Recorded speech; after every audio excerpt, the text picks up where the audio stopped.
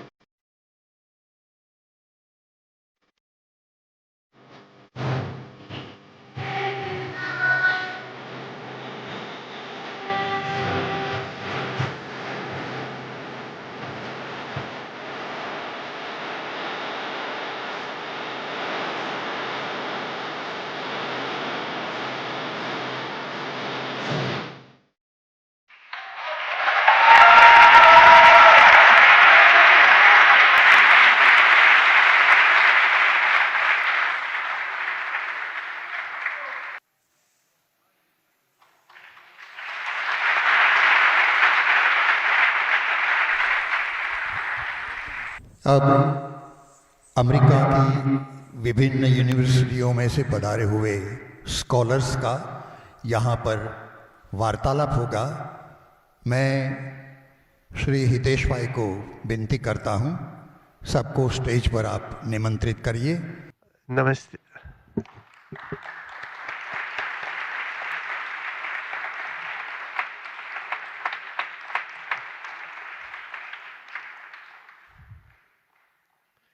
Namaste. Again, it's my pleasure and my honor to welcome you to this, I'm calling it Vidya Kutir, a hut of wisdom and knowledge. It's a great privilege to welcome all of you, Pujya Sri Murari Bapu, all of our distinguished guests from India, the extraordinary scholars who have assembled here from around the world, and all of you in the audience. It's really an honor to be here with you. Thank you for joining us. I won't take very long. I think some of you may be asking, अरे ये भाई क्यों फिर खड़ा हो गया? तो मैं आपको कहूँगा कि गालिब ने कहा है, गालिब कुछ भी नहीं मगर मुफ्त हाथ आ जाए तो फिर बुरा क्या है? तो ऐसी बात है। मैं थोड़ा सा, if you give me permission, I want to say 1 or 2 words in Hindi. Is that all right?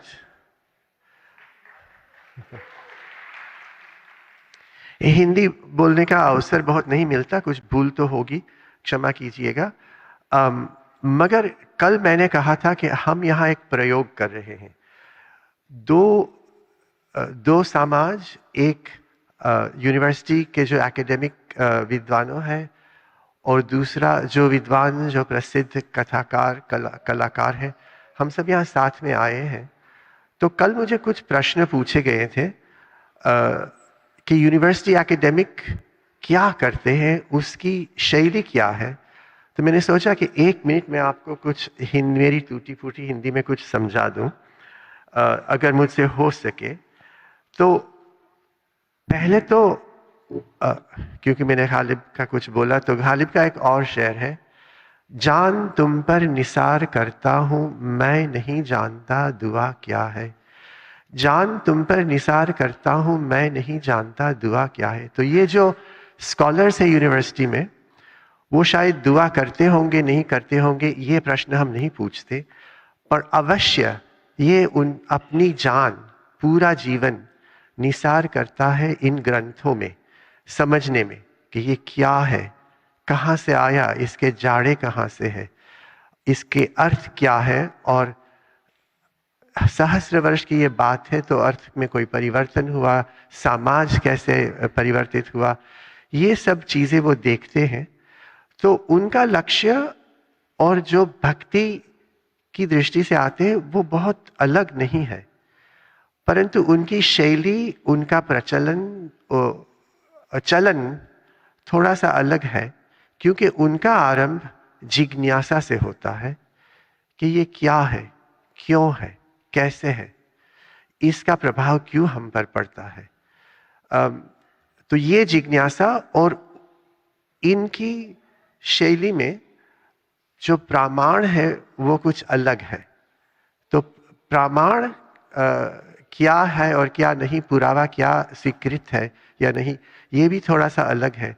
मगर जो सब लोग करते हैं वो सारा जीवन इन ग्रंथों में समझने में और इनकी सूक्ष्म दृष्टियाँ, इन ग्रंथों की इन ग्रंथों का प्रभाव कैसे, कौन कौन सी युक्ति है इसमें, तकनीक जो कहते हैं, इसमें नवीकरण क्या किया है, इसमें सृष्टिकरण, इनोवेशन क्या किया है, ये सब बात ये लोग ढूंढते हैं।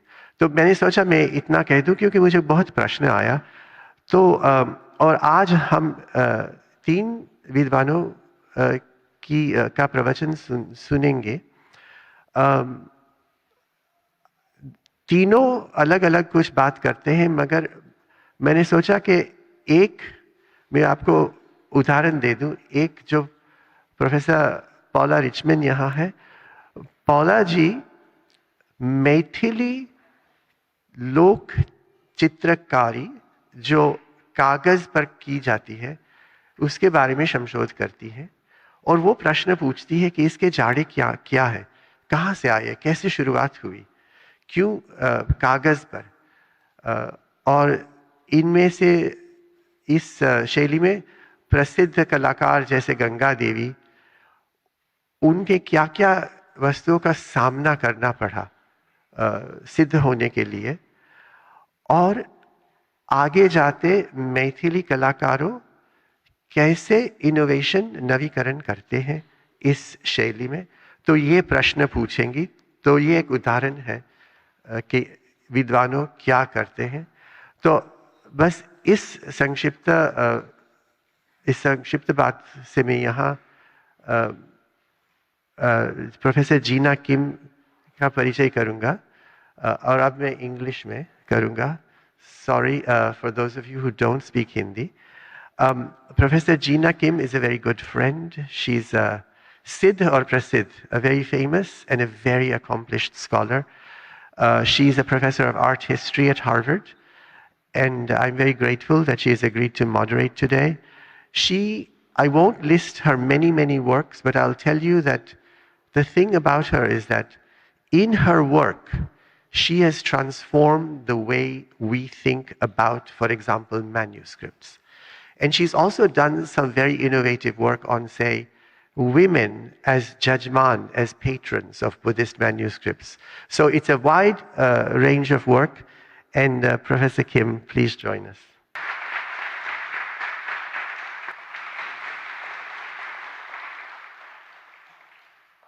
Professor Paula Richmond.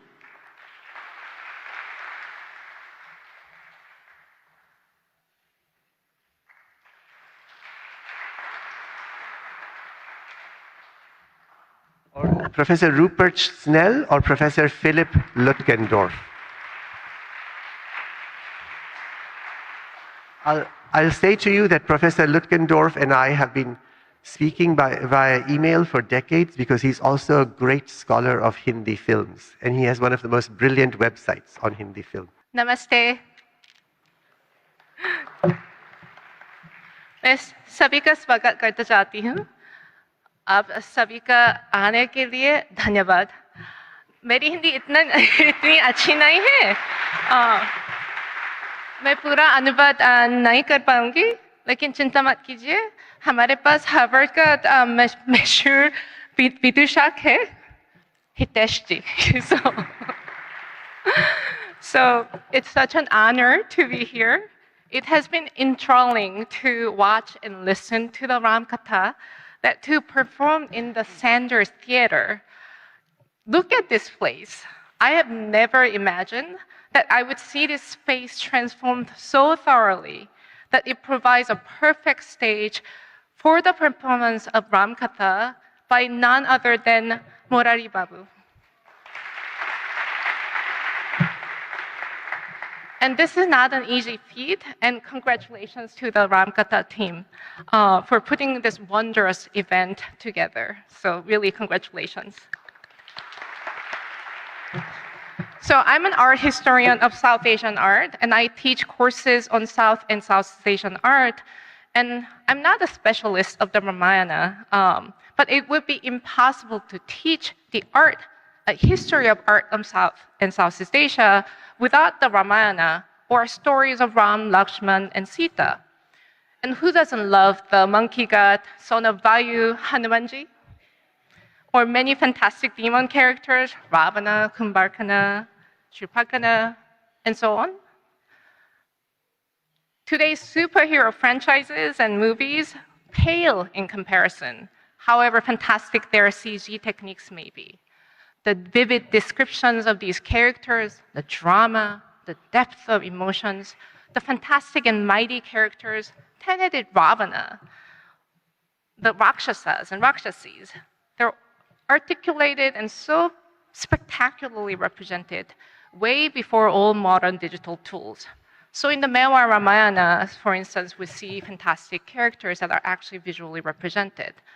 And of course, on top of all these action-filled plots and plot twists, the heroes of the Ramayana are incomparable.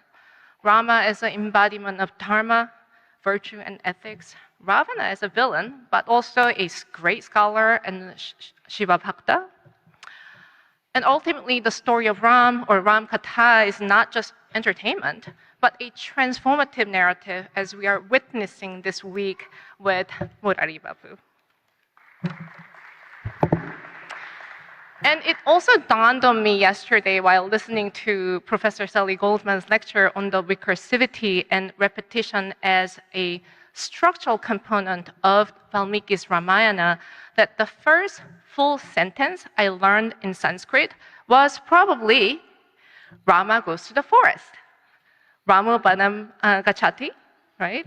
And conjugation of the verbs thereof, the past tense, the future tense, So, Ramu Banam Agachat, I guess, if I remember my conjugations. And this is because my first Sanskrit teacher was none other than Professor Sally Goldman. And when I was first taking the Sanskrit class, I did not know this. But it's so only just sitting yesterday, I was like, oh, that's why we learn all these sentences starting with Rama. Professor Sally Goldman and Bob Goldman are the Ramayana scholars, as you all know. So I was also delighted to see yesterday Professor Fukuoka discussing many facets of the Ramayana in Southeast Asia. As the Ramayana in Southeast Asia is one of the connective threads that weave together my undergraduate lecture course. I teach a course titled Arts of Monsoon Asia, Interconnected Histories here at Harvard, where we discuss one of the earliest surviving visual programs of the Ramayana at Candi Loro Jonggrang at Prambanan in Java. Around the 9th century, probably less than a century later than the narrative sequence carved on the walls of the famed Kailasa temple at Ellora. And we discussed creative local adaptation strategies in Khmer empires at Angkor in Cambodia, for instance. So with that, it's an honor to be here to introduce this evening's speakers, partly also because these are the scholars whose works I read as graduate students and also assigned to countless students whenever I teach a course on visual narratives or seminar on women in South Asian art. You can guess how Sita would feature prominently in the course on women in South Asian art. So our first speaker is Professor Paula Richmond. Professor Paula Richmond is a William D. H. Danforth Professor Emerita of South Asian Religions at Oberlin College and one of the world's leading scholars of the Ramayana tradition. Her research has explored the many ways the epic has been retold, performed, and interpreted across South Asia, especially Tamil-speaking regions. She's the editor of landmark volumes, including many Ramayanas, questioning Ramayanas, and performing the Ramayana tradition. Over the course of her distinguished career, she has received a Guggenheim Fellowship, multiple National Endowment for the Humanities grants, and fellowships from the American Institute of Indian Studies in recognition of her contribution to South Asian studies. Today, she will tell us about the lesser-known art of the Ramayana in the paintings by woman artist Mithila that Hitesh already mentioned at the beginning in Hindi. So please join me in welcoming Professor Paula Richmond.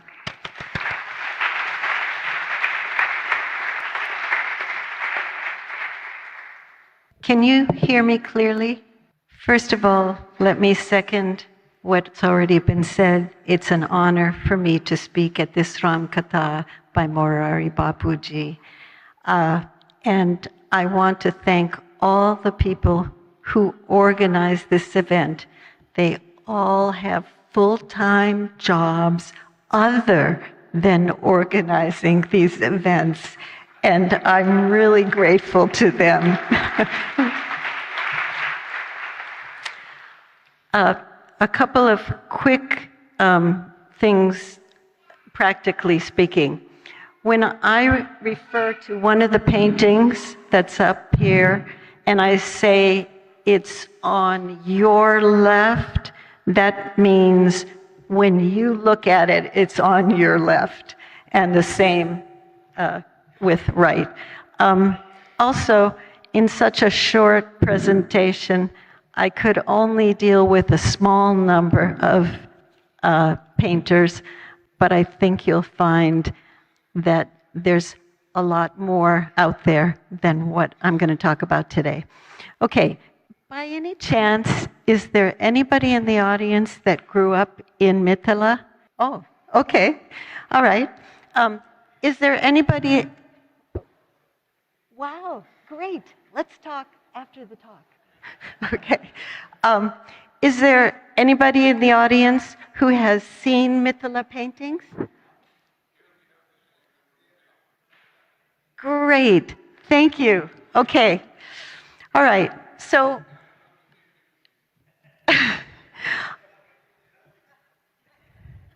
thank you.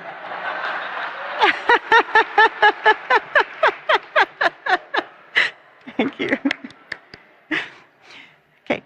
In such an august audience, I don't need to tell you why Mithila is important in the life of Sita. You know that. Just a couple of quick things for those people who are not that knowledgeable about the geography here. The kingdom of Mithila dates at least from the year 1027. It's also known as Videha or Tirhut, and it's mainly northeastern Bihar and nearby southern Nepal. But the British partitioned the area in 1816, so I'm only going to be talking about what happened in India because of the handicrafts movement in India. Okay, so the first slide is an example of the kinds of ritual art that women from the Brahmin and Kayastha communities were painting in their residential compounds, and the painting was done on the walls. It was painting that made sacred the space where the ritual was taking place. And it was mostly done for either rites of passage, especially weddings, had elaborate paintings, and also certain lunar festivals that occur in the yearly calendar. Now, I'm going to talk a little bit about some wedding art, and I'm doing that because there are photographs of a wedding of the Maharaja's daughter. And that wedding happened in 1919, but the Maharaja was building a new capital that was in Ramnagar, and in between, in 1934, there was a major earthquake, and most of the royal palace was toppled to the ground.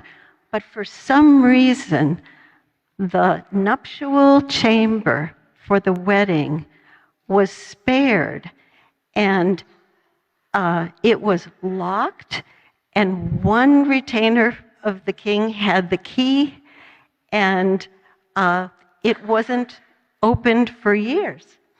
But in 1998, an anthropologist managed to track down the retainer, and he came back from being out of station, and he opened the door and he let her photograph the paintings. So what you have here is one of the paintings, and I just want to give you a sense of what was the aim of those paintings at that time. Well, the artwork has symbols that stand for different things, but they're all associated in the paintings. What you're looking at right now is Krishna, who's always considered to be one of the most romantic deities.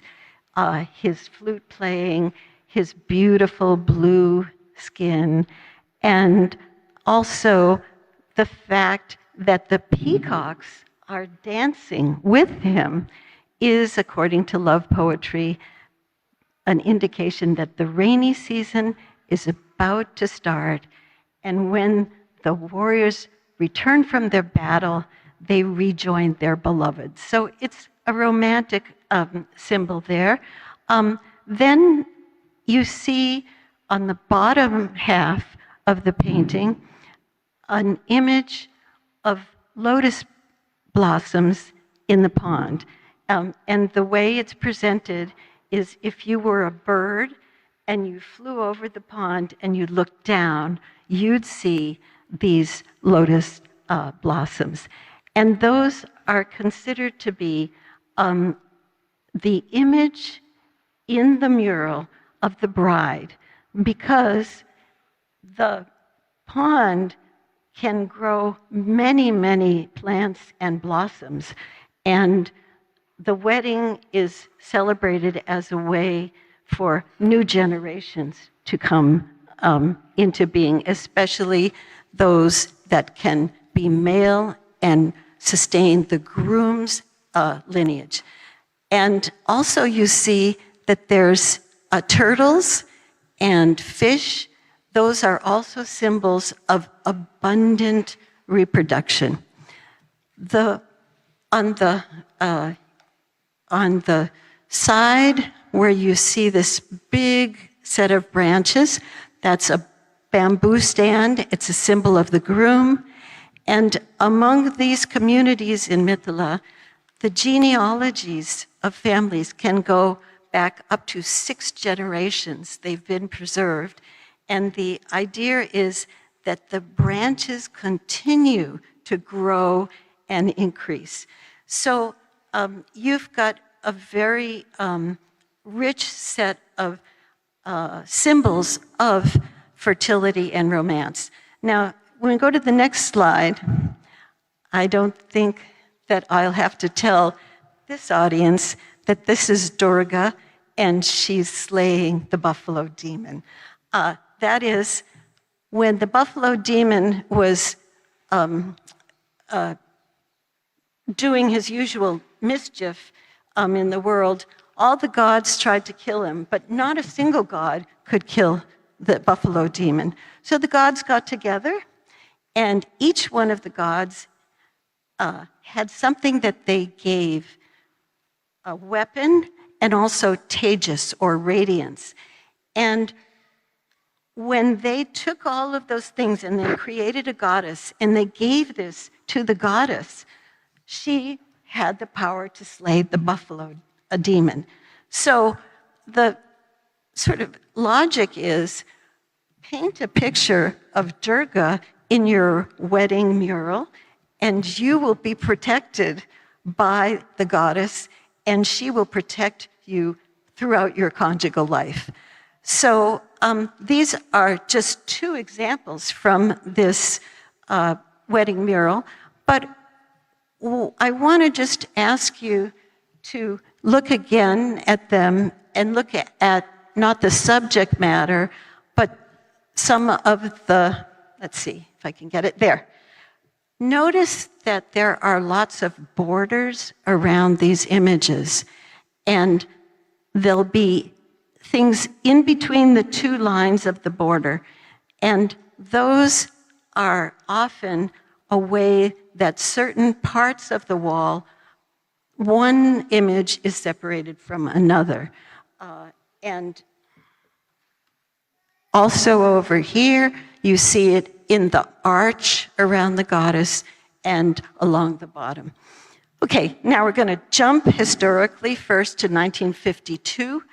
Pupil Jayakar was active in establishing the All India Handicrafts Board to encourage, publicize, and market India's handmade images inspired by the notion of Swadesh.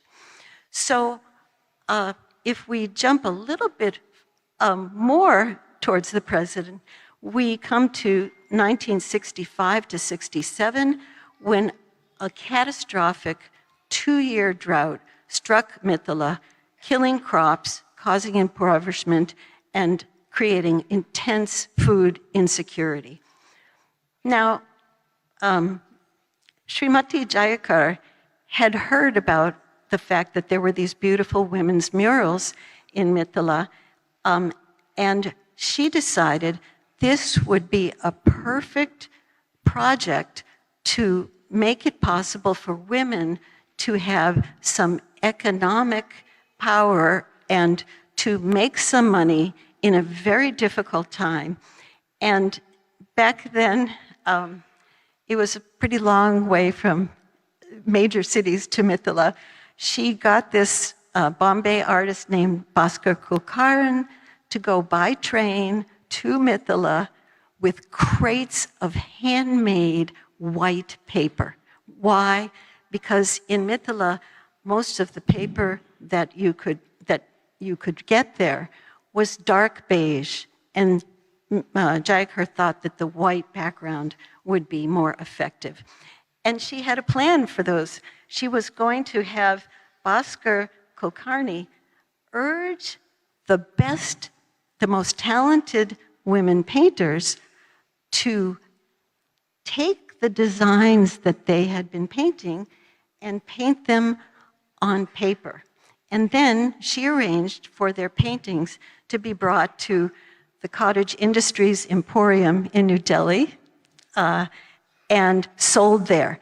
And as soon as they were there, people just snapped them all up. They demanded more. Indira Gandhi became a patron. Lots of other people wanted these paintings, and it was a very successful project. Now, here's the question. When you move from painting walls in murals to painting on paper, what things come with you from the aesthetics of Mithila painting, and how does that affect how people paint? And I'm very happy to be able to talk about one of the most amazing painters I know. Her name is Ganga Devi. Jyotindra Jain, an art historian, has written an entire book about Ganga Devi, the most documented painter in Mithila. And she is the only one in this early period who decided that she was going to do a 2-sheet painting that would convey the entire Ramayana. Now, I'm sure you're already saying, the entire Ramayana? Not exactly. She had to be very selective. But it's interesting to see how this all happened. She came from a Kayastha family that was Vaishnava and vegetarian, and her mother was an excellent painter. In addition, unlike many Mithila parents of daughters in the 1930s, the parents sent her to school, even though she was a girl. And it was a school that was run right in the village by a Kayastha widow. And she learned to read and write. And after learning how to read, she had a nephew who helped her to read more and more so that she could read more religious books. She was a very religious woman. And when she got married and went to her conjugal home, something unexpected greeted her. The family that she had married into was deeply in debt because they had land and it got divided, and then there was less land, and there were all these reasons why when she went there, she was really experiencing food insecurity. There wasn't enough food. She conceived a child, a girl child, but it died very shortly after birth, and she never conceived again. After waiting a decade, some members in her conjugal family arranged for her husband to marry a second wife. And when that happened, she was relegated to sleeping on the veranda.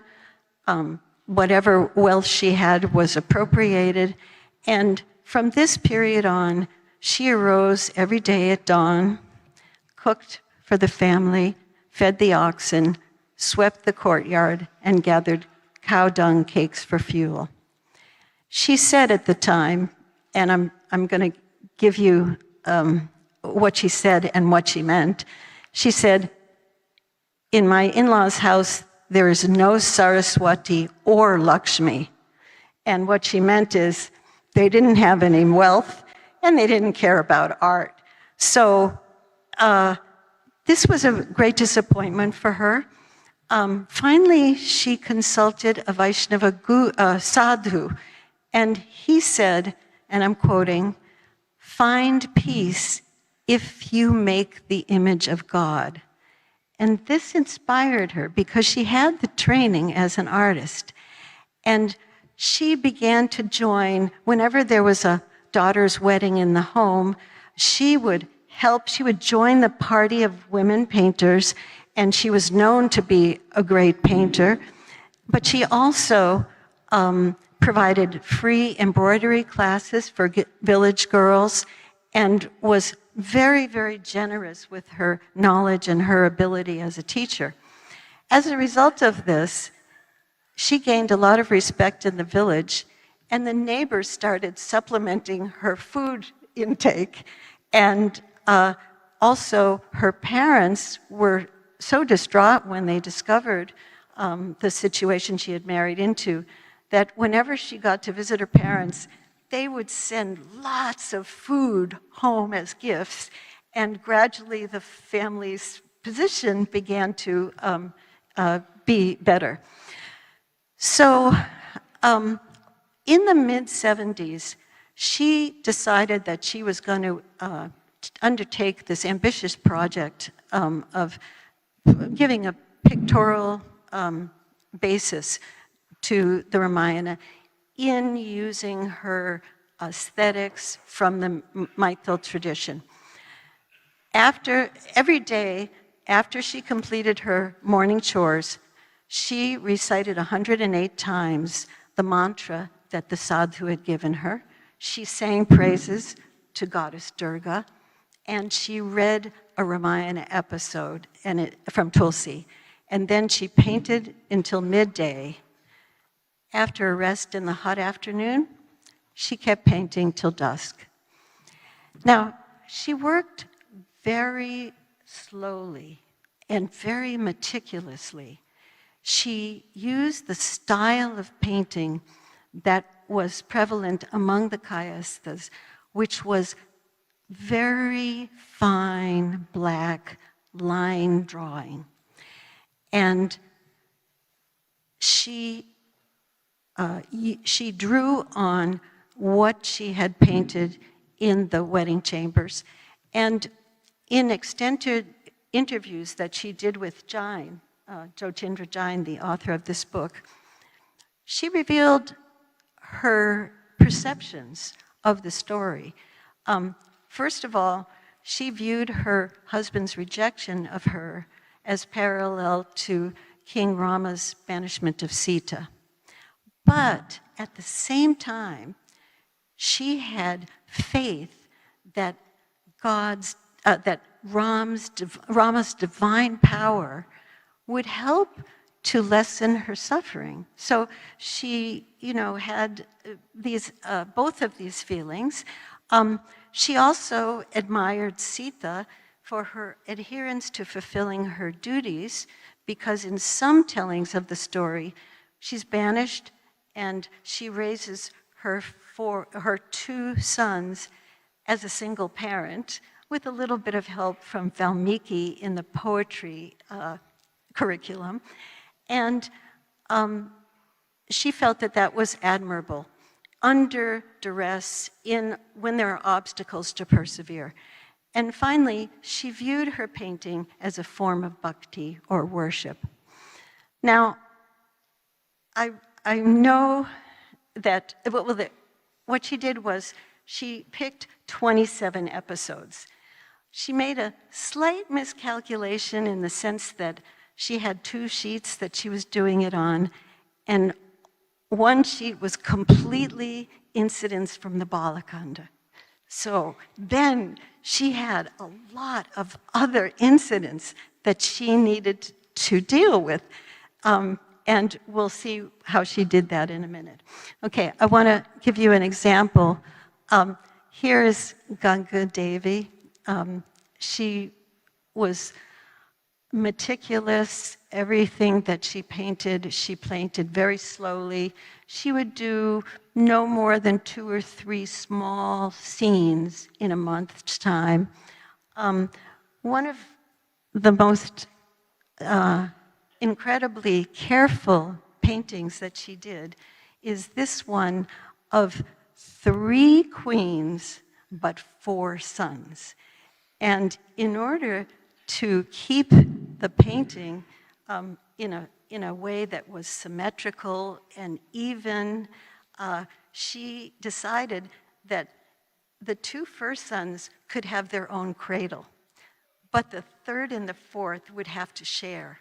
And so you can see that in the 3rd cradle, the other kids are lying down, but the 2 last ones have to sit up in their cradle and sort of enjoy each other's company. And in this painting, many people put their babies in some cloth and hung it on a tree or from some wood inside the house. But she said, these babies were born into a palace, so they must have beautiful cradles that are decorated with all kinds of artwork. And you can see, but even if you're too far away to see everything, I want to point out to you that at the top of the painting, the space between the cradles is filled with tiny black marks. So everything in the painting is imbued with this kind of care and meticulousness. And in addition, she makes a point of having the eldest queen be bigger in size than the other 2. So she's also, keeping in mind the social aspects there. Now, how are you going to do 27 paintings of episodes in 2 sheets when one is already full? Well, she ended up choosing episodes that sort of characterized the activities or actions in that khanda. And so it's somewhat, you could say, condensed. But every single episode that she depicted, she used that same careful, meticulous black ink. The only thing that was different for the second sheet is she used some red paint and also a little beige paint, I noticed, looking closely. Now, red paint was often used by some kayasthas to accent certain things like ripe fruit, beautiful pattern in a textile. And she tried to figure out, well, how do I move from having just, one painting to having a series of episodes that take place within an ongoing developing narrative. And I want to show you an example of how she worked this out in her mind. And let me just warn you in advance, I've broken up one of the paintings into 3 sections just to show you how it works. Okay, here we are. On your left, on your left, at the very edge, there's a golden deer, and there's red marks showing the blood that's coming out of the deer.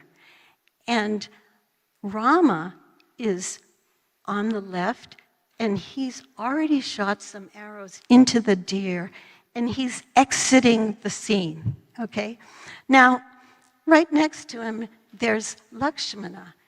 And Lakshmana couldn't go after the deer with Rama. He was staying there to guard Sita. But when the golden deer was killed, remember, if you're a shapeshifter, when you shift your shape, you can do things that you couldn't necessarily do. And the golden deer, in its moment of death, called out for help from Rama. Now, at that point, Lakshmana said, "Oh, this deer is a phony," and nobody could really be hurting Rama. But when Sita insisted that there might be danger, Lakshmana left. Now, Ganga Devi has done something really interesting. She has a branch that curls in between the heads of Rama and Lakshmana. Do you see that? That's her indication that Lakshmana left after Rama. Okay, so this is the beginning of the painting. Okay, here's the middle. Okay, now I don't have to tell this audience, the guy who looks like the elderly, itinerant, holy man is actually Ravana in disguise. And Sita, being a dutiful wife, knows that it is her dharma to feed the holy man. So she's gone to the cottage, she's gotten some leftover food, and she's about to give it to Ravana in disguise. Now look at the very last part of the image. Ravana parked his vehicle behind a huge tree branch. And if you go back to the previous one, Sita doesn't see it because she's looking the other way. So what Ganga Devi has done is she's pointed out that some things happen because other things happen. So Ravana could abduct Sita because Rama and Lakshmana were gone, but she's also set it up so that Sita doesn't know that, even though you, as the viewers, know that. Also, she was a very pious lady, and she did not want to show Sita being touched by this polluting Rakshasa. So she just put the Pushpaka Vimana behind the tree, and that's the end of that particular episode. Now, one thing that I want to point out, if we look at the whole now reassembled, is that what Ganga Devi has done is she's used two techniques that you find in the murals. First, she has, and the slide doesn't give you all four borders, but she has a border on the sides of the painting with two lines and then repeating patterns in it. Second, she uses trees, plants, shrubs, branches as scene dividers or scene guides to show you who's doing what when. So this painting has one more painting. This set has one more painting, and that is the coronation of Rama. And I want to point out to you here that Rama is now, Sita and Rama are both looking straight out at you, whereas before, when they were part of their human life, they were all portrayed in profile because humans were portrayed in profile, but gods were giving darshan. Okay, I think I'm a little bit over time. I'm going to go a little bit more quickly, and I won't tell you anything that an audience like you would already know. 5 minutes? Okay. All right. Now, it was mostly women that became Mithila painters, but there were a few men that also decided to take up painting as a profession. And one of them was was born into a family of priests, and he did a number of paintings. He won 3rd prize in the first Mithila painting competition in Mithila, and he mainly painted things that had to do with battles or captivity or Ravana being dead. And if you look at his painting, there are 2 unusual things about it. First, he's the only painter that I've come across who paints on black paper with white ink.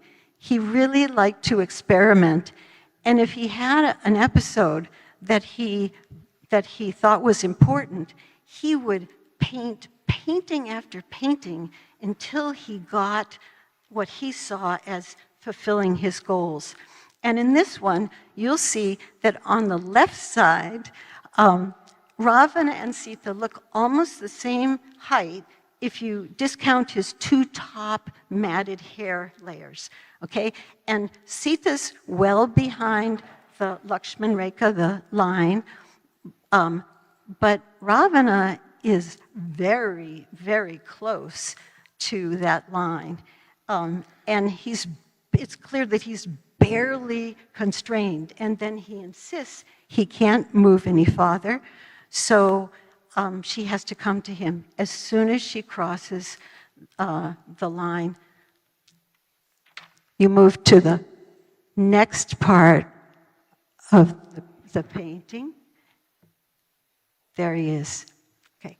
His heads are huge now. They're towering over her. They're like way up in the right corner, and he's backed Sita into a tree that's the divider of the scene. And I don't know if you can see, but there are tears coming down from her eyes. I think what I'll do is I'll close with my final painting. It's by Rani Jha, and it's called Super Sita. This is all the stuff that we will miss, but let me go on with it. Super Sita was done in 2004, and it was part of an ever-growing set of expressions of Maithil women's desire for equal rights.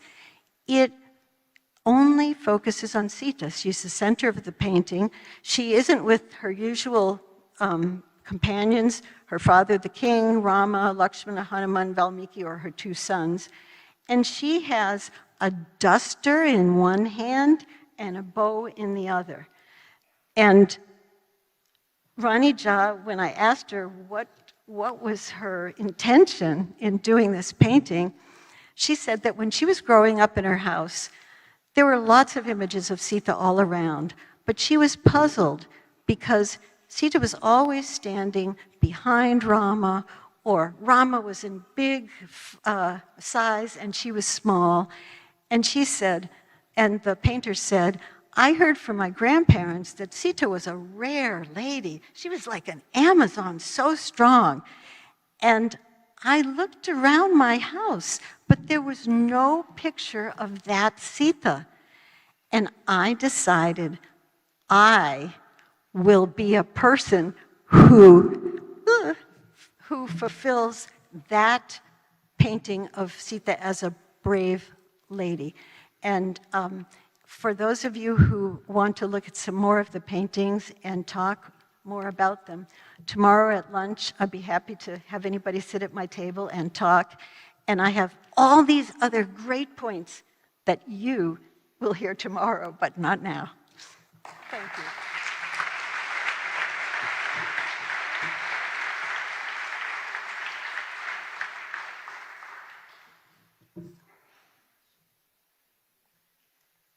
Thank you so much, Mr. Richmond.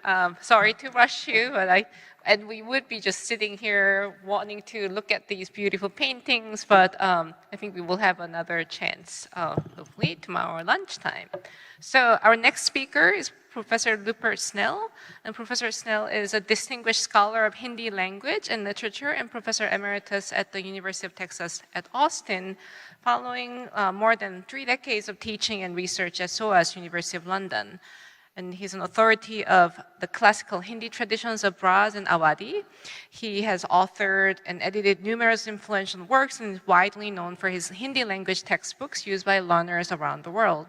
And in recognition of his contributions to promoting Hindi internationally, he received the prestigious Dr. George Gerson Award from the government of India.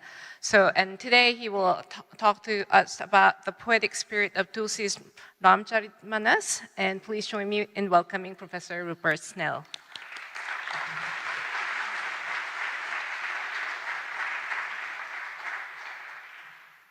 मित्रों, अपनी प्रस्तुति का श्री गणेश मैं एक पारंपरिक प्रश्न से करता हूँ. 4.5 centuries ago, Goswami Tulsidas began writing his Ramcharitmanas, destined to become the greatest vernacular poem of northern India. That poem has brought us all here this week to consider the Ramayan from various different angles, but mainly बापूजी की कथा का रसास्वादन करने के लिए.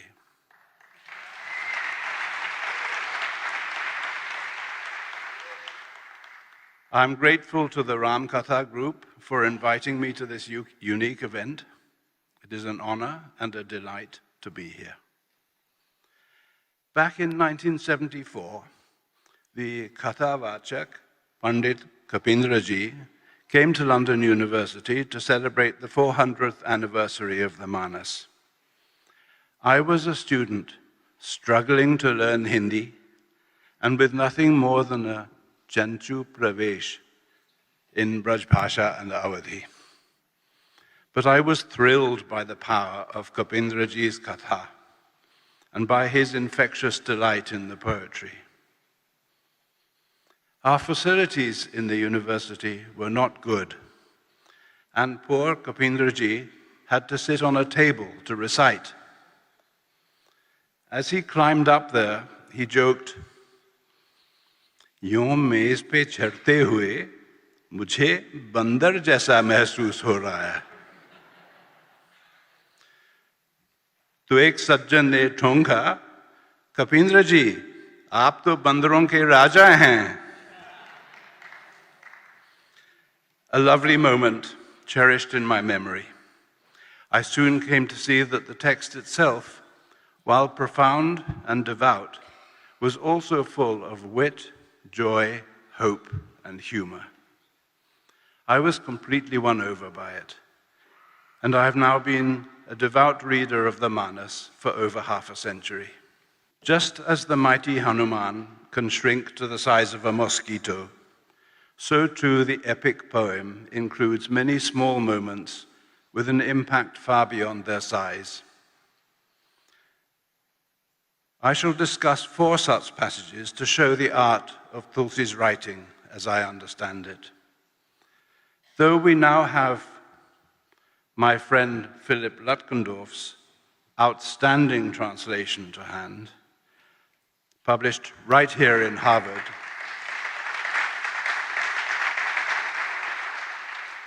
I'm using my own translations today because I want to emphasize particular aspects of Tulsi's phrasing.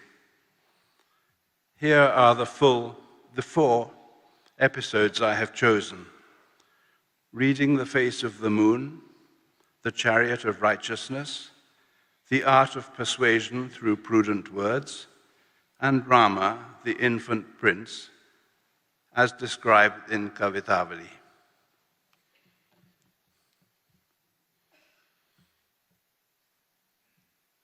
Reading the face of the moon. At the beginning of Lanka Kand, Ram and his companions crossed the newly built bridge to Lanka and set up camp on Suvail mountain to await the battle with Ravan on the morrow. There's a strong sense of fellow feeling, of comradeship before perilous action, as recorded in the war chronicles of many cultures since ancient times. Tulsi pauses the narrative to provide a jhanki of Ram and his companions, a moment of darshan, and he connects the story to the world of people, to us, his readers. Ehi vidhi kripa rupa guna dham Rama asin, dhanya tenar he dhyana je rahat sada layalin. So reposed Rama, home of grace, beauty, and virtue. Blessed are they who ever dwell in thoughts of him. With these words, Tulsi builds another bridge, one between the story of Rama and the happy state of those who follow its teachings. Hanuman and Rama rests with his head in Hanuman's lap as he primes his arrows. Hanuman and Angad blessedly massage his feet.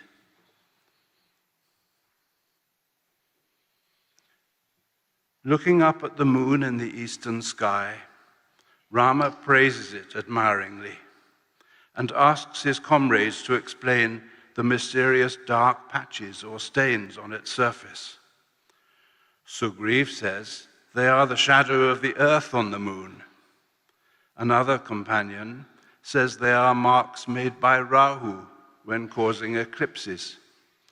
A third says that when the Creator took some of the moon's essence to fashion the face of Rati, Kamdev's wife, he left holes through which we see the dark sky beyond. Rama says they are the stains of poison, which is the moon's dear brother, for they emerged together from the Samudra Manthan.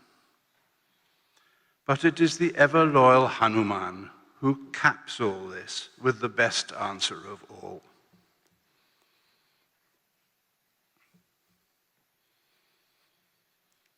Kehe Hanumant sunahu Prabhu, sasi tumhara priya das, tava murati bidhu urbasati, soy syamata abhas.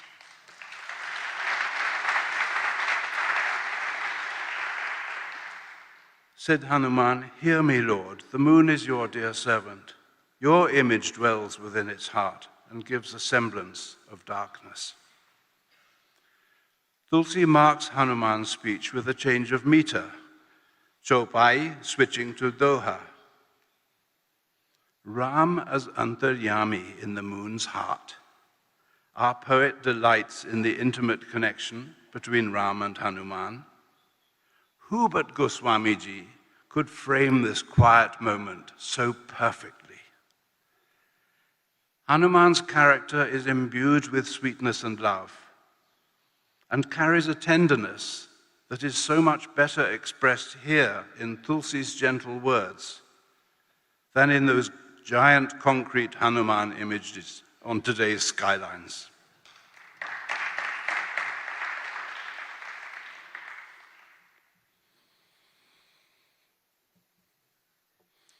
Dharmarath, the chariot of righteousness.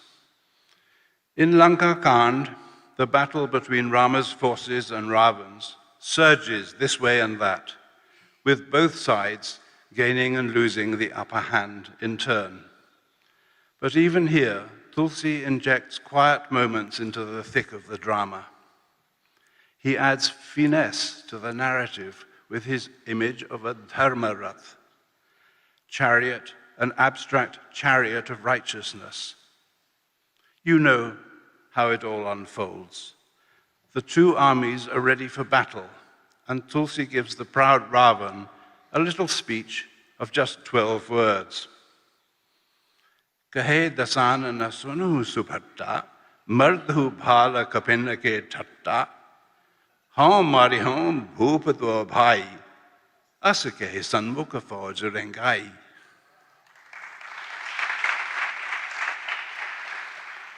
Said Ravan, "Hearken, worthy warriors, mangle the mobs of monkeys and bears, Me, I'll slay the 2 king brothers.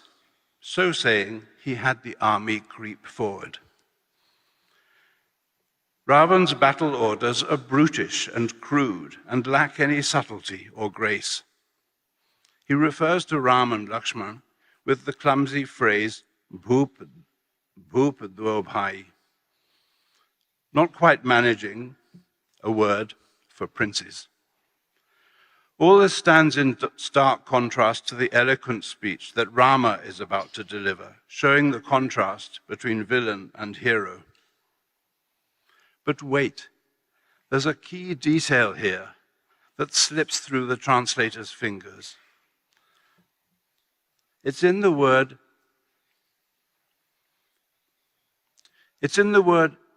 rengai, in Asakahi Sanmukha Fauj rengai. In Hindi, the verbs rengna and its causative ringana, from Sanskrit ringati, ringayati, depict a crawling or creeping motion. Tulsi describes the great Rakshasa army moving steadily across the ground like swarming insects, or like the orcs in Lord of the Rings. His phrase, Fauj rengai, has a physical, tactile quality that speaks of the army's relentless approach over the earth. The whole landscape seethes as with a fearsome pestilence. But the translators replaced Tulsi's striking image with bland phrases such as, he brought his army forward. And even Hanuman Prasad Podar's sensitive tika renders the sentence dull and conventional. ऐसा कहकर उसने अपनी सेना सामने चलाई. Tulsidas uses the word rengana only once in the entire Manas. And I make a fuss about it here because the detail of imagery should never be flattened and generalized. Let the poet speak. While the 2 armies prepare for the battle, Vibhishan notices a worrying imbalance. Rama stands barefoot on the battlefield, while Ravan is mounted in his war chariot. Ravanu rathi biratara gubira, dekh Vibhishan bhayo adhira, athik priti manabha sandeha, bandi charan ke sahit saneha. Seeing Ravan within a chariot and Rama without one, Vibhishan became fearfully troubled. Through excess affection, disquiet filled his heart, and revering Rama's feet, he said lovingly, we'll see what he says in a minute. But first, notice how the actual form of Sorry, I haven't put the translation there. Notice how the actual form of Tulsi's line suggests the opposition between Ram and Ravan. The poet uses a chiasmus, a figure of speech in which one phrase is mirrored by a second phrase, as in Shakespeare's fair is foul and foul is fair. In Tulsi's line, the names of Ravan and Rama, the contrasted protagonists, are thrown to the outer edges, with the chariot words meeting in the middle. This manuscript illustration does the same thing. Here is the text, Ravanu rathi virat raghubira, dekhi Vibhishan bhayo adhira. And here, I hope, if I press hard enough, and here is the placement of Ram and Ravan as opposite edges of the painting. The chariot problem disturbs Vibhishan deeply.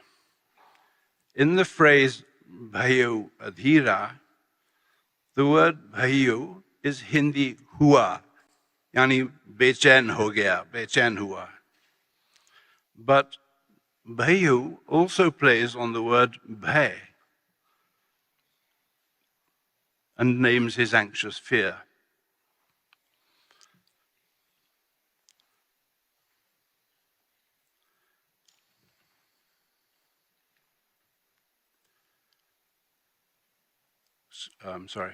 Addressing Rama, he stutters and stammers.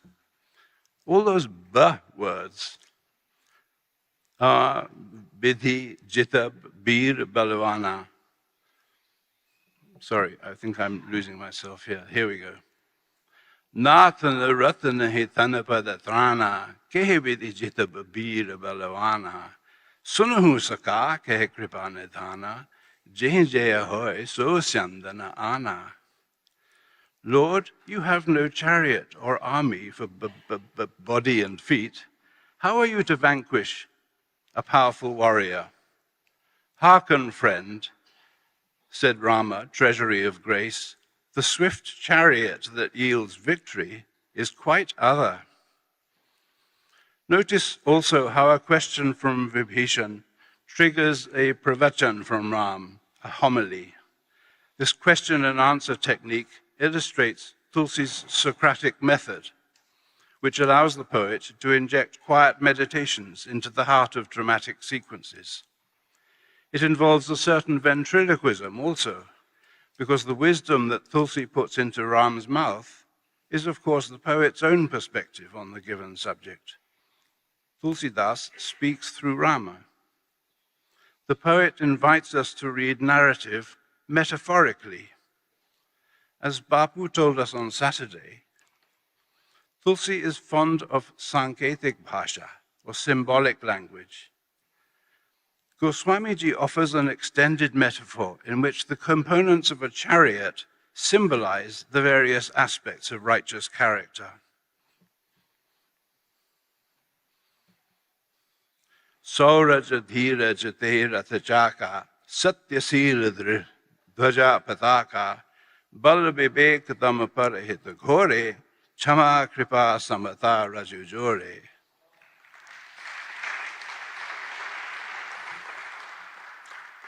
Gallantry and courage are that chariot's wheels, truth and integrity its bold banner and standard.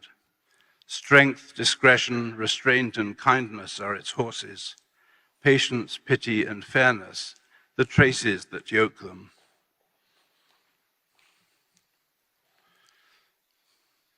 Each quarter verse matches abstract qualities to chariot components. The paired Sauraj and Dhiraj, which come from Sanskrit Shaurya, Dhirya or Dharya, are the chariot's two wheels. Bala Vivek, Dhamma Parahita represent the four horses, and so on. You may object here and say that the Raju Jore, the linking traces or chariot ropes, don't add up to 3, as I have promised, to match Chama, Kripa, and Samta. But look closely and you will find a dhvani lurking here, an implied meaning. Harness ropes are traditionally trigun in structure, 3-ply, made of triple strands. So there's our number 3. With such hidden delights, Tulsi teases our minds and charms our hearts. The art of persuasion through prudent words. Excuse me. Vibhishan is one of Tulsi's most intriguing characters. Having a Rakshasa as your elder brother is never easy.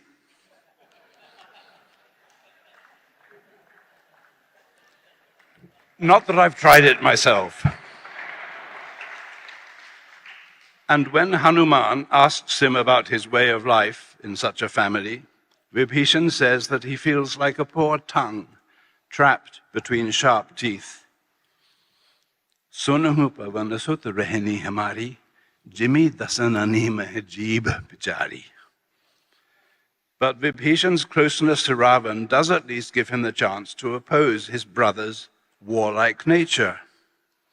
When Hanuman allows himself to be captured and Ravan wants to kill him, Vibhishan intercedes on the monkey's behalf.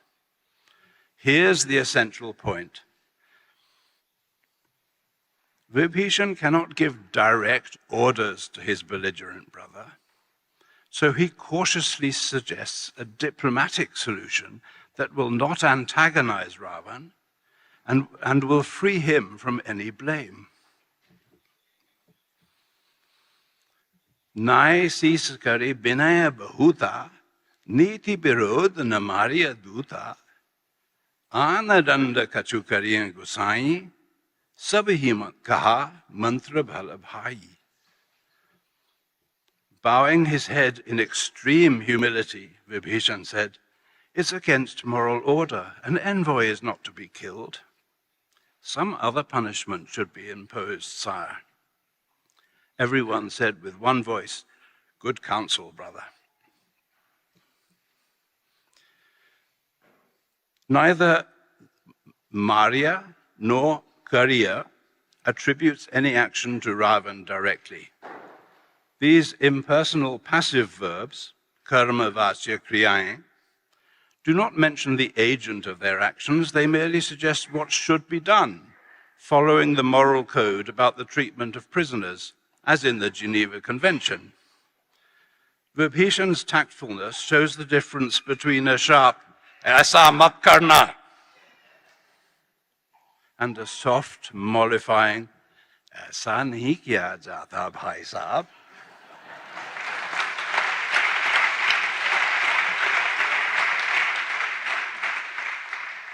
But this subtle moment is missed in the translations. They ignore Vibhishan's circumspection and have him challenge Ravan with unwisely direct commands. By the way, notice how Tulsi stresses the word bahut, describing Vibhishan's excessive humility, by lengthening its vowels in the rhyme cadence. Binaya bahuta.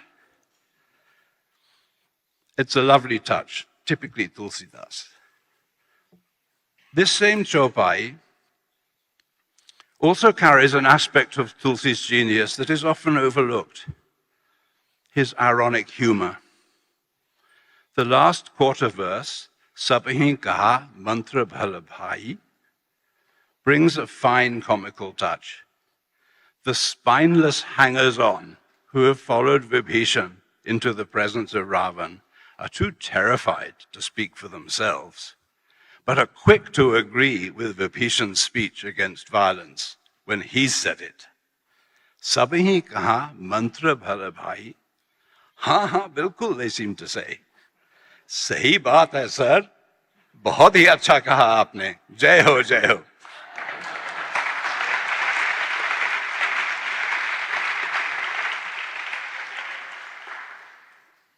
In this way, the Manas includes many different modes of narrative,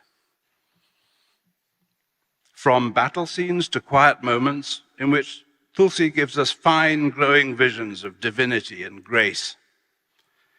His Ramcharitmanas is a radically new telling of an ancient narrative, a poem to touch the lives of countless millions, bringing them a benediction, joy, peace, sadness, understanding, laughter, and comfort to gladden their individual lives. Though I'm an outsider to the tradition, I too feel its power. And my little Gutka edition of the Manas goes with me everywhere.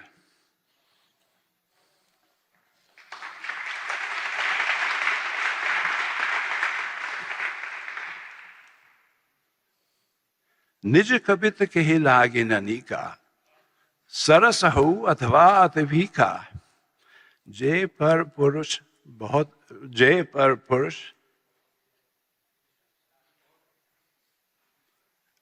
Can somebody finish it for me? I've got it. निज कपित कहि लागे ननिका सरस हो अथवा अति फीका जे बर पुरुष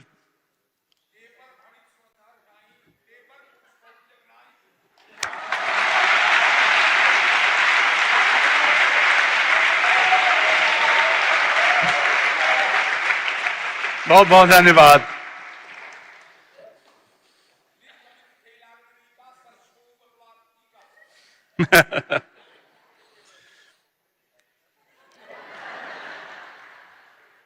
दोस्तों, एक दोहा कहने का मन है। क्षमा करें, ये दोहा गोस्वामी जी का लिखा हुआ नहीं है, मेरी अपनी रचना है।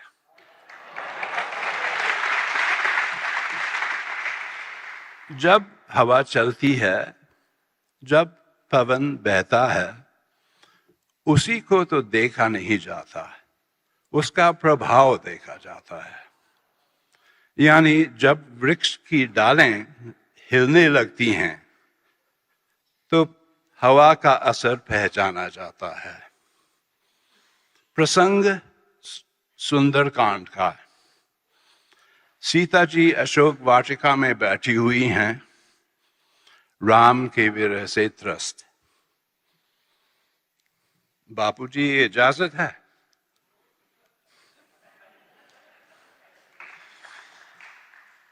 आप न दीखत वृक्ष की डाल डुलाए समीर, आप न दीखत वृक्ष की डाल डुलाए समीर, सिया हिया पीरा जानिए कंपित देख शरीर।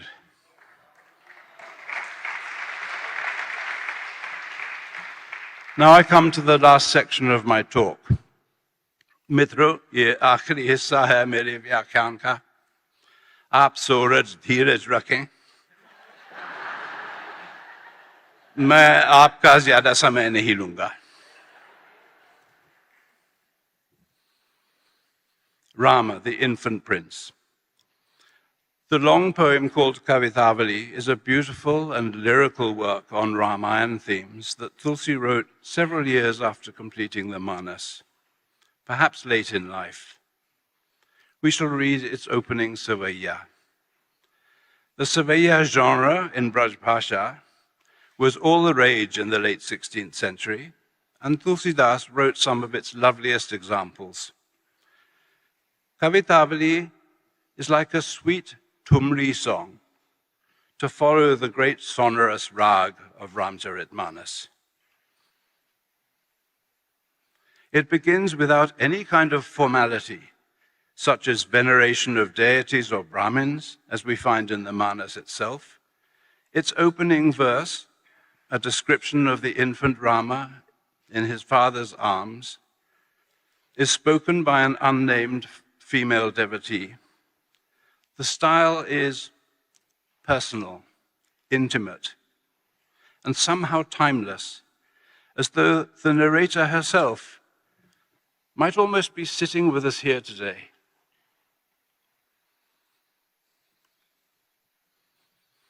In this manuscript, the scribe gives Kavitavali its alternative title, Kavitha Ramayan. Shri Ganeshaya Namah, Pothi Kavit Ramayan Likhite. Reverence to Lord Ganesh, the book Kavit Ramayan is written here. The text itself begins here with its first Savaya. It has the Anapest rhythm, like this, di-di-da, short, short, long, short, short, long. A rhythm often used in English verse. As in this famous line from American poetry, "O the land of the free and the home of the brave." The name Tulsi, Tulasi, the three syllables of the poet's name, fit the rhythm perfectly. My translation, which I'll read after the poem, maintains the same rhythm, though word-greedy English needs 8 lines to convey what Tulsi's Braj Bhasha manages in 4. Awadhesh के द्वारे सकारे गई सुत गोदक है भूपति लेने कसे अवलोकी हूँ सोच विमोचन को ठगे सी न रही जे न ठगे धिकसे तुलसी मन रंजन रंजित अंजन नैन सुखंजन जातक से सजनी ससीमय समसील उभय नवनील सरोर से विकसे. To King Dasharat's door did I hasten at dawn, when he came into view with the babe in his arms. I was charmed by the sight of the foe of all cares, and say fie to those folk who were blind to his charms. Tulasi, infant eyes, traced in black, pleased my heart, as they glanced like a bird's tail a-prancing in dance. Like a pair of blue lotuses, equal in grace, blooming brightly, my friend, on the moon they entrance.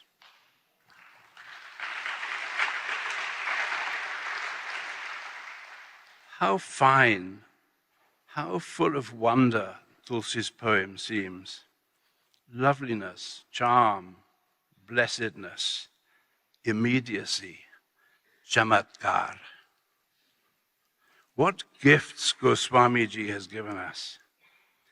Tulsi's poetry speaks to us powerfully and intimately, whether we hear it through the vibrancy of Ram Katha or read it silently in the temple of the mind. Tulsi likes to punctuate the drama with little joys, dropping insights and poetic pleasures into the running stream of the story. And amidst all the action lies a quietude, calm, stillness, serenity, shanti. The sanctity of Ram pervades everything. At the beginning of the Manas, the poet says, Siya Rama Maya Sabha Jagajani, Karon Pranam Jori Jugapani. Knowing the world to be pervaded with Sita Ram, I bow with my hands joined in reverence. It is perhaps the most perfect line he ever wrote. And when he completed his great poem, he made sure that the last word in his Awadhi text, the last word in his Awadhi text was the word Rama itself, left echoing through time.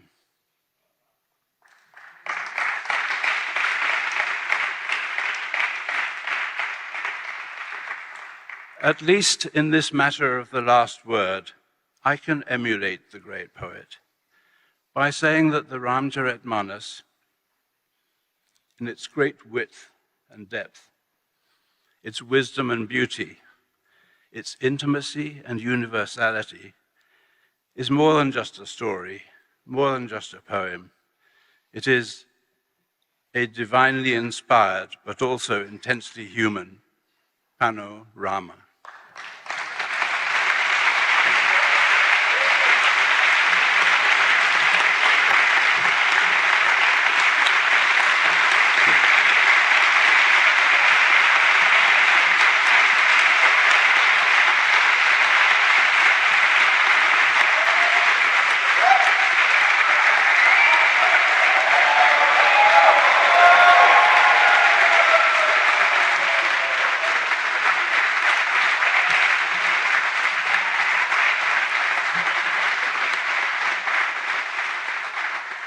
Shabash, really.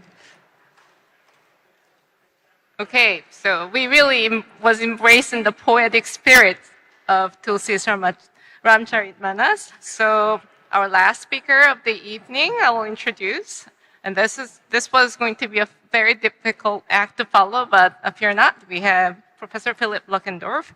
So Professor Philip Luckendorf is Professor Emeritus of Hindi and Modern Indian Studies at the University of Iowa, and globally recognized authority on Tulsidas and the Ramcharitmanas. His award-winning book, The Life of a Text, Performing the Ramcharitmanas of Tulsidas, received the A.K. Kumaraswamy Prize from the Association for Asian Studies and remains a foundational work in the field.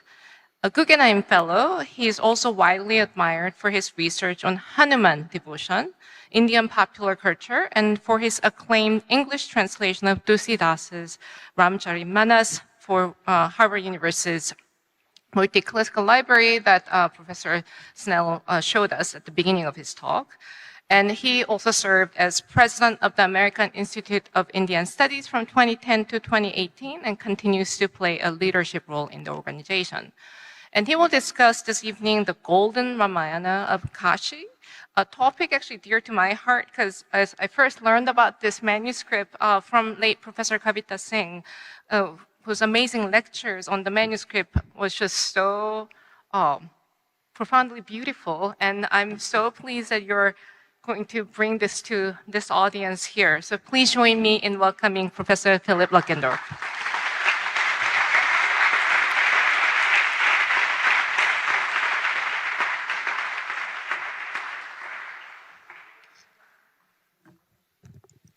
Greetings. By way of thanking everyone here, and especially Bapuji and the organizers, both in the Ram Katha community, Satsang, and here in Cambridge and at Harvard.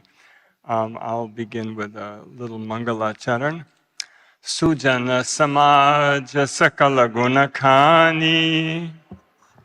आप लोग जानते हैं ना?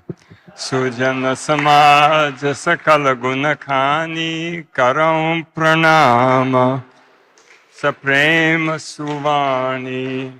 ठीक है? The companionship of good people, virtuous people, is the treasury of all merit, all virtues. I do salutations with love and with eloquent speech, but maybe my speech won't be so eloquent, but we'll see. So, you know, when I talk to students and audiences in the West about the Ramayan, I usually begin by countering their assumption that it is a book, the Ramayan, like the Bible or the Quran or even the Rig Veda. Because I emphasize that it's a storytelling tradition that exists in many forms, has been popular for more than 2,000 years throughout much of South and Southeast Asia and even beyond. And as far as literary texts go, there are hundreds of them. Tulsidas Ji again tells us, Nana Bhanti Ramaya Avatara. Ramayana kitne hain? Kitne hain? Satakoti apara. It's more than... मेरे एक गुरुजी कहते थे, A.K. Ramanujan कहते थे कि 300 रामायण होते हैं, लेकिन सतकोटि तो बहुत ज़्यादा है. As you know, of course, the great Sanskrit epic of sage Valmiki is the archetype of all this, and we are fortunate to have two of the world's leading scholars and translators of it with us here tonight, Professors Robert Goldman and Sally Sutherland Goldman. And I just call your attention to their really beautiful translation, which is now available in a single volume. But in recent decades, the focus of much scholarship has shifted to embrace the variety of the wider Ramayan tradition, the great river of Ram Katha, in which no major text has ever been a close translation of Valmiki's epic in the modern sense in which we use the term translation. All of them are creative, independent retellings of a beloved story. And again, a pioneer in this scholarship is with us here, Professor Paula Richman, who edited the anthology Many Ramayanas back in 1991. And of course, as you all know, among the many major texts in regional languages composed during the last 1,000 years, Tulsi's Ramcharitmanas has become especially popular. Like many others, I fell in love, and like Professor Snell, I fell in love with this great work of Bhakti literature when I first read it as a graduate student in the early 1980s. And I became fascinated with how it had become so enormously popular and revered in a region in which the majority of people for centuries could not read and write. Obviously, they learned it through performance, through hearing and seeing it brought to life through such genres as Pat, Katha, and Ram Lila. This became the subject of my PhD dissertation. I like the explanation of PhD that Bapuji gave today. But my dissertation became my first book, which is called The Life of a Text, and is a cultural history and ethnographic study of the Manas performance tradition over the last 4 centuries or so. But of course, bringing the Ramayan to life, how do I advance this? There we go. Bringing the Ramayan to life doesn't just happen from listening to a katha or watching a Ram Lila. Visual art, painting and sculpture have always been important in the transmission of the Ram Katha. In the 17th and 18th century, the Manas became popular among the Rajas and Zamindars of North India, and some of them commissioned manuscripts of it that were illuminated by painters and calligraphers. In the rest of my talk tonight, I'm going to tell you the story, the katha, of perhaps the greatest of these, the Kanchan Chitra Ramayan of Ramnagar, a suburb of Kashi. This is a picture of the brocaded silk cover of one of the 7 volumes of it, one for each Kand of the Ramayan. Sadly, this is a katha about destruction and loss, but it is also a katha about rediscovery and partial recreation through the collaboration of Indian and American scholars and the new possibilities of digital technology. Benares state in the 18th century was ruled by an upstart dynasty of zamindars who had become rajas, and they wanted their reign to be thought of as a Naya Ramraj. They built a grand citadel across the Ganga from the ancient Kashi, the city of Shiva, and they called it Ramnagar, the city of Ram. Their embrace of the Tulsidas epic, with its message of both dharmic royal authority and inclusive popular bhakti, as well as its literary artistry and sophistication, which Rupertji has just so beautifully brought out, led them to patronize numerous scholars and performers of the Manas. The 5th in the lineage, Udit Narayan Singh, was especially active in Manas patronage. It is said that he commissioned 3 tikas on the Manas. Now, tika, as you know, has many meanings. It's the tika that you put on your forehead. There's the tika that means a kind of a scholarly vyakhya, a kind of commentary. But that decorative sense is also important. A tika is an embellishment, an elaboration on something.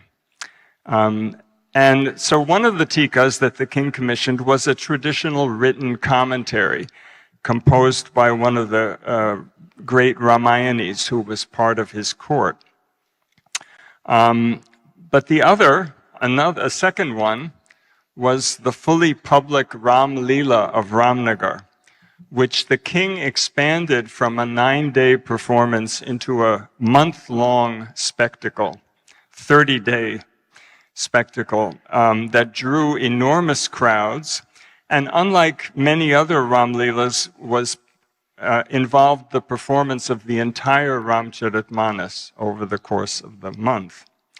With the Maharaja always present on an elephant as both the principal Vakta and Shrota in the form of Shiva as the representative of Benares, of the Manas. But the third commentary was the one that I'm going to focus on today. An extraordinary illuminated manuscript commissioned by Udit Narayan in 7 bound volumes, illustrated with 548 full-page paintings.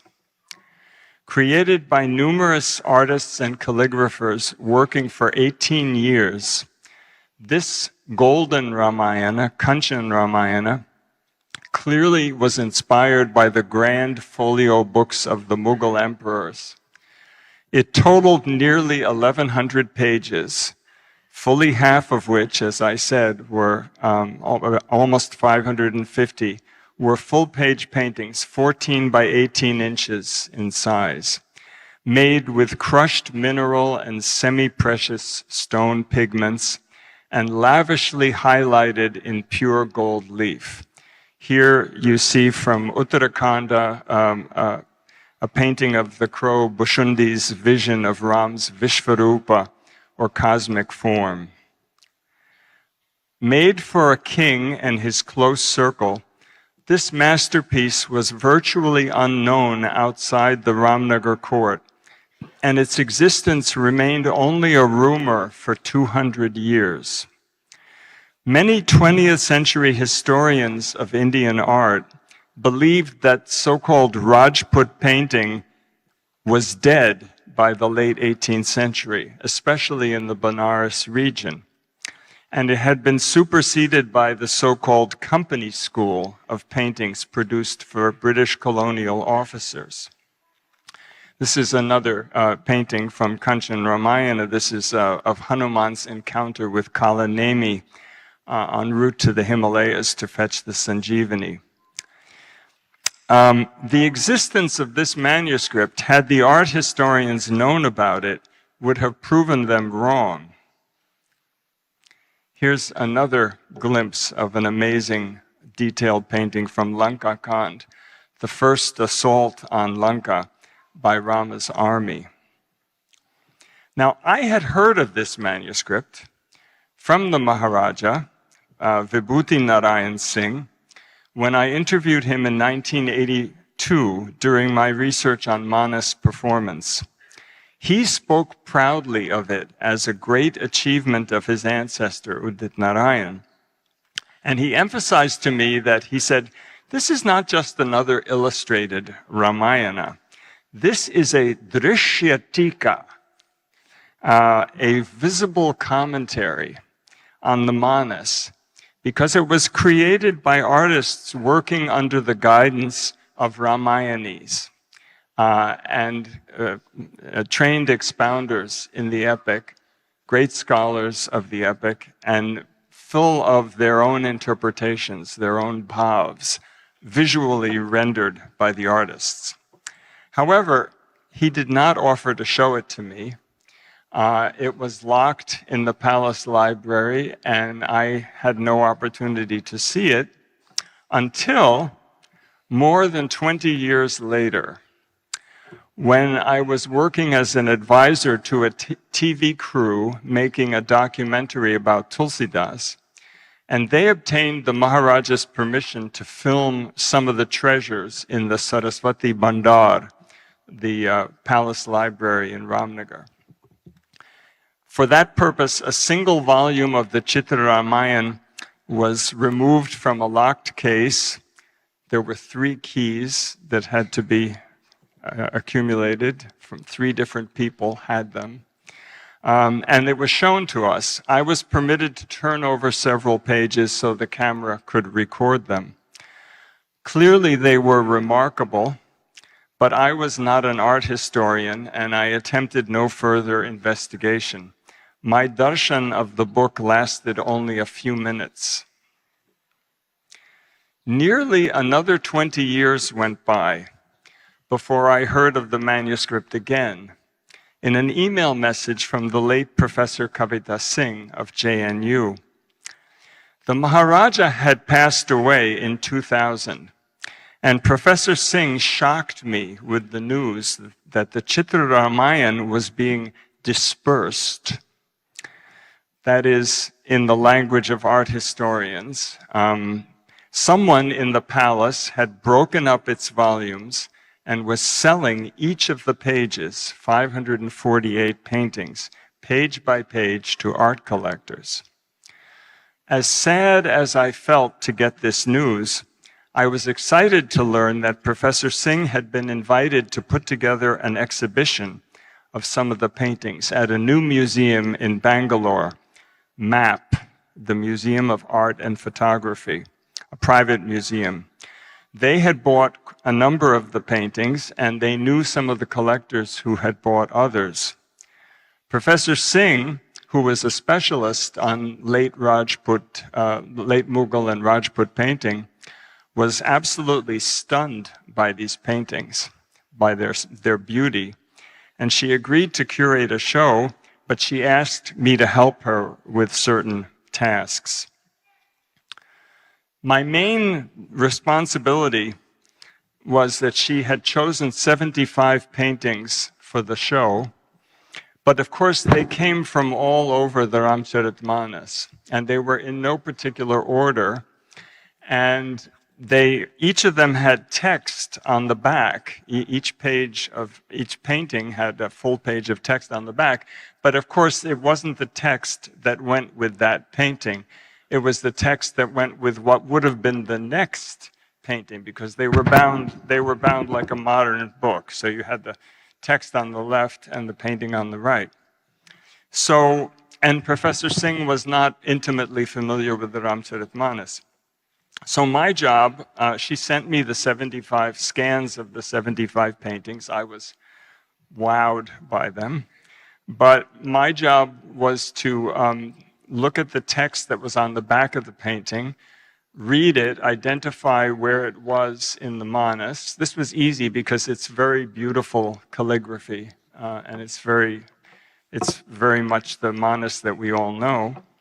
And each page had usually 2.5 dohas on it.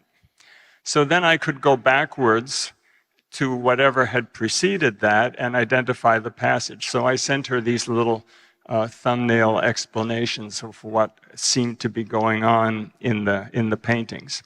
And this saved Professor Singh and her assistant a lot of time. I did not realize at the time that she was terminally ill with a very aggressive cancer. And it was wonderful that I was able to speed up the work that she was doing on this text, which ended up being her final project. The outcome of her effort was a magnificent exhibition at MAP Museum in Bangalore called The Book of Gold that opened in September 2024. Tragically, Professor Singh did not live to see it. She passed away from cancer 2 months before it opened.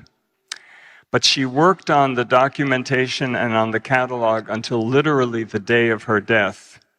And the exhibition was a fitting tribute to her memory and to the passion she brought to her final project. It was accompanied by even in the museum store some what we call merch. And I was presented with a t-shirt with one of my favorite Manas characters. You know who he is. That was my dakshina for a little talk that I gave at the museum. There was also a spectacular catalog with reproductions of all the paintings in the show and essays by Dr. Singh and other scholars, including me. And there was one other outcome of our work, which I will mention very soon at the end of this talk. But first, I want to give you an example of how I was able to help explain some of the paintings, and also to better understand myself the Maharaja's claim that the Kanchan Ramayana was a drishya tika, a visual commentary on the Manas. This painting, for example, from the long dialogue between Bhushundi and Garuda in Uttarakhand, initially stumped Dr. Singh. The upper register of the painting seems to depict the lifestyle of Kak Bhushundi under the 4 sacred trees on top of the mysterious Nila Parvat. By the way, I said he's one of my favorite characters, and the whole Bhushundi Garuda Samvad is one of my favorite parts of the Manas now. But the question was, what was going on in the odd vignettes in the lower part of the painting? When I identified the text page, it cleared up this mystery. The artist was illustrating a series of upama that Bhushundi used to illustrate the nature of delusion or misperception, moha, caused by maya or divine illusion. Bhushundi tells Garuda it is like when a man suffering from eye disease, probably jaundice, tells his friends that the moon is yellow. You see that at the center left. Then he goes on and he says, or it's like when a disoriented man declares that the sun is rising in the west. You see that at center right. Or when a person on a boat mistakenly thinks that objects on the shore are moving when actually he's moving, and you see that at the lower part of the painting. Or moha is like when children whirl around in play, twirl around, and then suddenly stop and tell each other that houses and trees are spinning around. And you see that in the central part of the image. But in identifying what the Benares artists were trying to depict, we were also helped by an extraordinary and unexpected discovery. Most dispersed manuscripts, such as the great Mughal illuminations of the Ramayana and the Mahabharata, are incomplete and scattered among museums and private collections all over the world. Therefore, it's very difficult or impossible to reconstruct what they looked like when they were books. But back in 1977, an American theater scholar, Richard Schechner, was conducting research on the Ramnagar Ramlila with a grant from the American Institute of Indian Studies.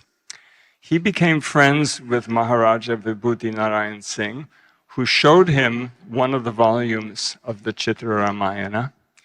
And Professor Schechner said to the Maharaja, you must have a photographic facsimile of this made, because what if your Saraswati Bandar burns to the ground? There will be no record left of this incredible treasure. By coincidence, at the same time, the Center for Art and Archaeology of the American Institute of Indian Studies was at that time located in Ramnagar, in a building rented from the Maharaja, and scholars and technicians there were engaged in a massive documentation project on Indian sacred architecture that would eventually result in a 14-volume encyclopedia of Indian temple architecture. Knowing this, the Maharaja permitted his 7 precious Chitra Ramayan volumes to be brought to the AIIS Center, one by one, and photographed from cover to cover with what was at that time state-of-the-art equipment. Text pages were photographed in high-resolution black and white film. Though this unfortunately meant loss of color and gold, it permitted the most accurate record of details of the calligraphy. Paintings were photographed as 35mm color slides. In all, some 1,100 images were made. A set was given to the Maharaja, and another was carefully preserved by AIIS, which moved its archive to Gurugram or Gurgaon in 1998, where there is a photo archive devoted to Indian architecture and art of over 2 lakh images. Professor Singh was thrilled to learn of the existence of this incomparable record of a vanished manuscript. And she was even more thrilled when the AIIS staff in Gurgaon quickly digitized the entire work and made it available to her and to her collaborators, including me, working on the exhibition and catalog. This allowed us to reconstruct the sequence of paintings and to understand individual ones in the context in which they occurred in the now broken up and dispersed books. AIIS shared its digitized images with MAP, the museum, and the museum added fresh, high-resolution scans of the paintings and text pages in the exhibition. The result has now been placed online in a turn-the-page digital format. That also allows you to zoom in on details of the paintings and text. So even though the marvelous Golden Ramayan of Kashi no longer exists as a coherent work, anyone, anywhere with a computer and the internet can now see its digital avatar and experience something of the visual katha that was enjoyed by Maharaja Udit Narayan Singh and his circle more than 200 years ago. As with any katha, the paintings reveal, if you examine them closely, many interesting bhavas or interpretations, insights, a few of which I have written about in my essay for the Book of Gold catalog. I hope that interested rasikas of the Manas will discover many more in years to come. And I want to express my thanks to the individuals and institutions that I have listed on here for the help they gave me with this, getting to know this extraordinary manuscript. And particularly, I want to express my gratitude to one of my own Manas gurus, CPN Singh, Chandradhar Prasad Narayan Singh, better known as Bhanuji, who was one of my main guides in Benares in my research in the early 1980s into Ramayan performance. So, thank you all.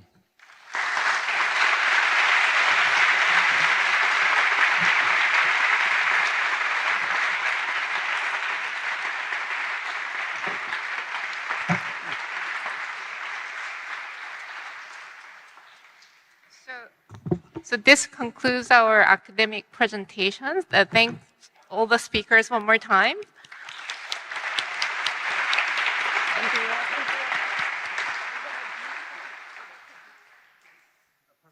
Yeah.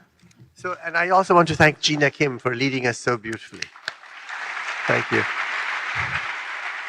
Very moving talks, and जब जान निसार करते हैं एक विषय में तो क्या क्या फूल खिलते हैं, हाँ? Okay, thank you so much, and thank you to the organizers again for this. And I want to say, so much subtlety in everything that you've put together. I was noticing that the performance we had at the beginning was in Rag Puriya Dhanashri, exactly the right time for the composition. So I'm very much looking forward to the performance now. Thank you.